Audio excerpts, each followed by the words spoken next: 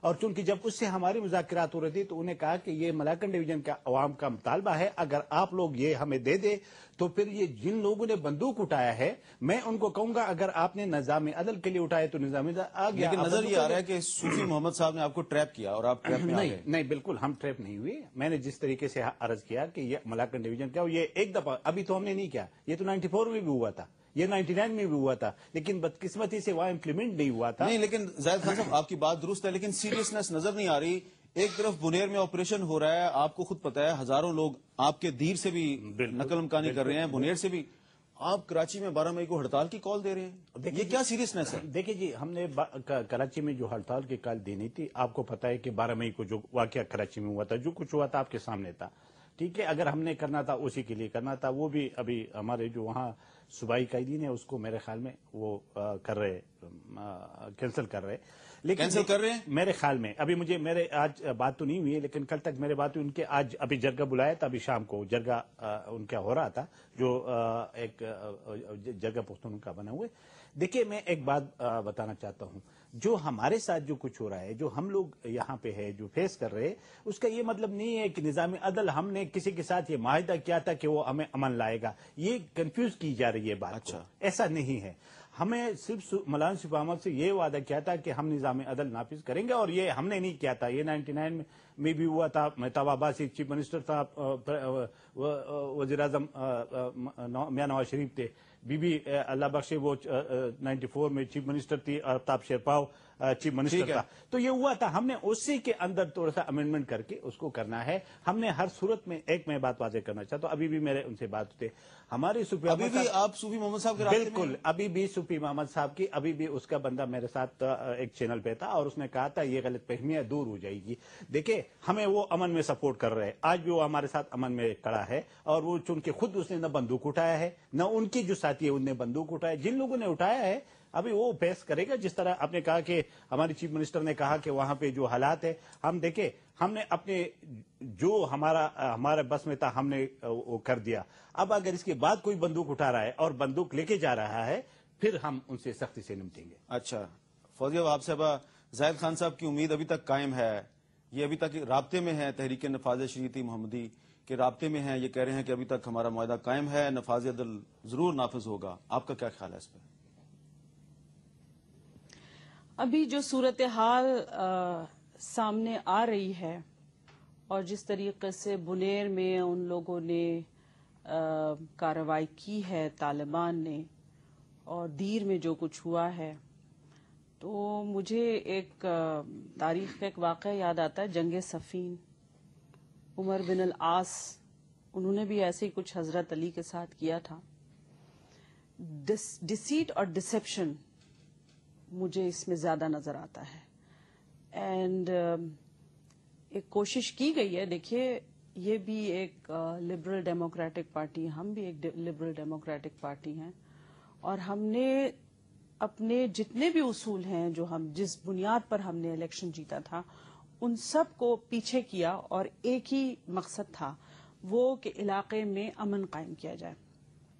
بدقسمتی سے امن قائم ہوتا ہوا نظر نہیں آ رہا ہے، اور اس میں آپ کی بات درست ہے کہ تمام جتنی سیاسی جماعتیں ہیں ان کو بلوغت کا مظاہرہ کرنا چاہیے اور ان کو ایک آواز ہو جانا چاہیے، اور یہ چھوٹی چھوٹی سیکنڈری سبسیڈیری چیزیں جو ہیں ان کو پس پش ڈال دینا چاہیے. 12 مئی کو کیا ہوا، بہت ساری تواریخ آتی رہیں گی. 12 مئی کے دن جو اے این پی اور ایم کیو ایم دونوں نے ہڑتال کی کال دے دی ہے، دونوں کو مؤخر کر دینی چاہیے. دونوں کو مؤخر کر دینا چاہیے، کیونکہ اس وقت یہ پیٹی پالیٹکس میں ہمیں نہیں جانا چاہیے. ابھی ہمیں مکمل طور پر متحد ہونا چاہیے اور ایک آواز بن کے سامنے آنا چاہیے. وہ کہتے ہیں نا کہ یونائٹڈ وی اسٹینڈ، ڈیوائیڈڈ وی فال. اور اگر ہم لوگ آپس میں تفرقہ ہم نے جاری رکھا یا ذرا سی بھی ہم نے آپس میں دراڑیں اپنی پیدا کی تو دشمنوں کو کامیابی ہوگی. آج بھی آپ دیکھ لیجئے فل فلیجڈ آپریشن چل رہا ہے اور طالبان جو ہے وہ مکمل ریزسٹنس دکھا رہے ہیں. ظاہر ہے ان کے پاس اتنا ہتھیار ہے، اتنی آرمز اینڈ ایمیونیشن ہے، تبھی تو وہ کر رہے ہیں ریزسٹنس. کہاں سے ان کو مل رہا ہے یہ سب دیکھنے کی بات ہے. چاہیے نا کہ کہاں سے مل رہا ہے. نہیں دیکھیے نا، ایک کوشش کی جا رہی ہے.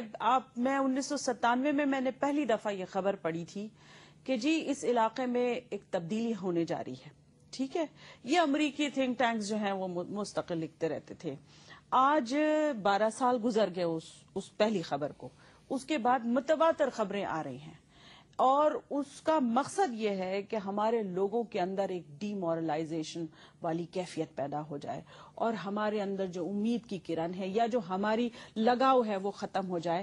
کیونکہ دیکھیے کوئی چیز, دنیا کی کوئی چیز انسان کے ریزولوشن کو شکست نہیں دے سکتی. اچھا, آپ نے بھی کہا کہ ایم کیو ایم اور اے این پی دونوں کو چاہیے کہ 12 مئی کی جو ہڑتال کی کال ہے واپس لے لیں. اس پہ ہم بات کرتے ہیں متحدہ قومی موومنٹ کے رکن قومی اسمبلی جناب وسیم اختر صاحب سے. السلام علیکم وسیم اختر صاحب. وعلیکم السلام.